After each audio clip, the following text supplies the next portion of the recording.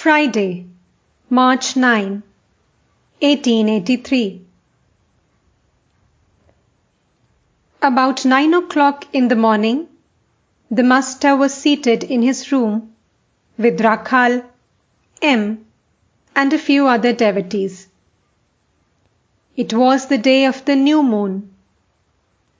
As usual with him on such days, Sri Ramakrishna entered again and again into communion with the Divine Mother. He said to the devotees, "God alone exists. All else is unreal. The Divine Mother has kept all deluded by her Maya. Look at men. Most of them are entangled in worldliness.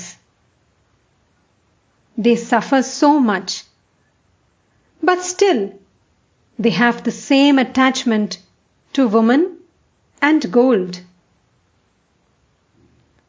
The camel eats thorny shrubs, and blood gushes from its mouth.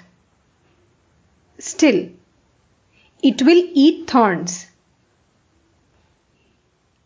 While suffering pain at the time of delivery, a woman says, 'Ah, I shall never go to my husband again.' But afterwards, she forgets. The truth is that no one seeks God. There are people who eat the prickly leaves of the pineapple and not the fruit." Devotee: Sir, why has God put us in this world? Master: the world is the field of action. Through action, one acquires knowledge. The Guru instructs the disciple to perform certain works and refrain from others. Again, he advises the pupil to perform action without desiring the result. The impurity of the mind is destroyed through the performance of duty. It is like getting rid of a disease by means of medicine, under the instruction of a competent physician. Why doesn't God free us from the world? He will free us when the disease is cured. He will liberate us from the world when we are through with the enjoyment of woman and gold. Once a man registers his name in the hospital, he cannot run away. The doctor will not let him go away unless his illness is completely cured.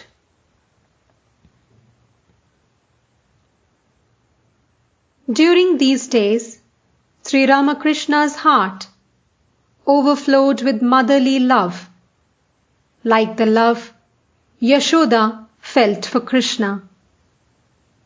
So, he kept Rakhal with him. Rakhal felt toward the master as a child feels toward its mother. He would sit leaning on the master's lap as a young child leans on its mother while sucking her breast. Rakhal was thus seated by the master when a man entered the room and said that a high tide was coming in the Ganges. The master and the devotees ran to the Panchavati to see it. At the sight of a boat being tossed by the tide, Sri Ramakrishna exclaimed, "Look, look! I hope nothing happens to it." They all sat in the Panchavati. The master asked M to explain the cause of the tide. M drew on the ground the figures of the sun, moon, and earth, and tried to explain gravitation, ebb tide, flood tide, new moon, full moon, eclipse, and so forth.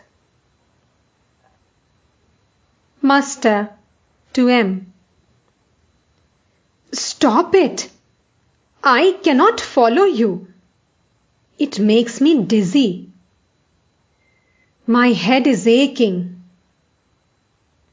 Well, how can they know of things so far off? You see, during my childhood, I could paint well, but arithmetic would make my head spin. I couldn't learn simple arithmetic. Sri Ramakrishna returned to his room with the devotees. Looking at a picture of Yashoda on the wall, he said, "It is not well done. She looks like a garland seller." The master enjoyed a nap after his noon meal. Adhar and other devotees gradually gathered. This was Adhar's first visit. He was a deputy magistrate and about 30 years old. Adhar to the master: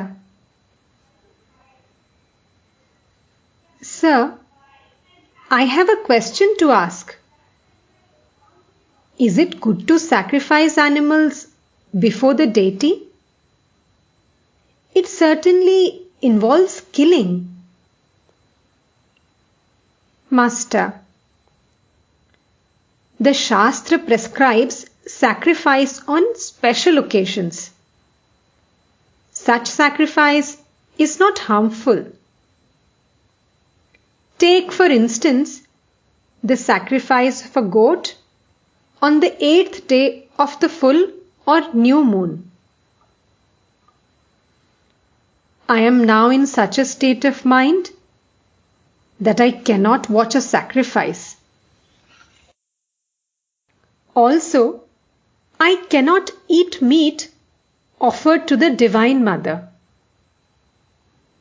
Therefore, I first touch my finger to it, then to my head, lest she should be angry with me.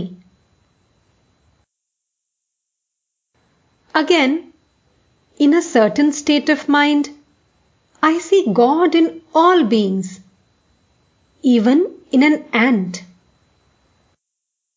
At that time, if I see a living being die, I find consolation in the thought that this is the death of the body, the soul being beyond life and death.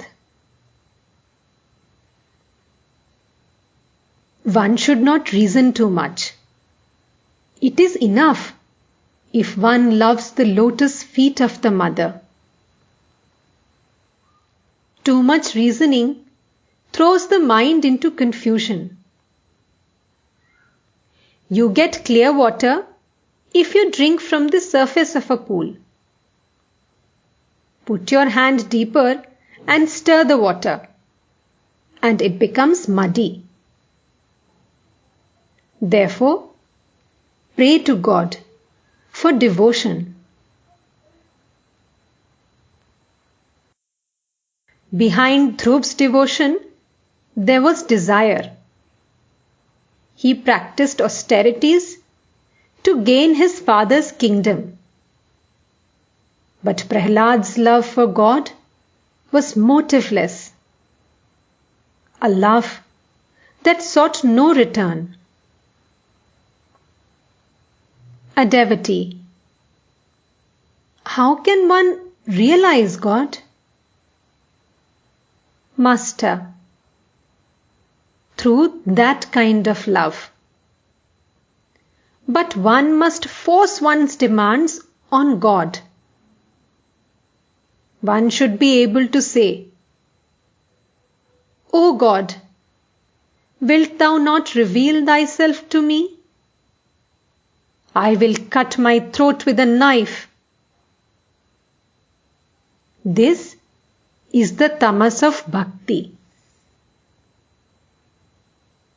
Devotee, can one see God? Master, yes, surely. One can see both aspects of God, God with form and without form. One can see God with form, the embodiment of spirit. Again, God can be directly perceived in a man with a tangible form. Seeing an incarnation of God is the same as seeing God himself. God is born on earth as man in every age.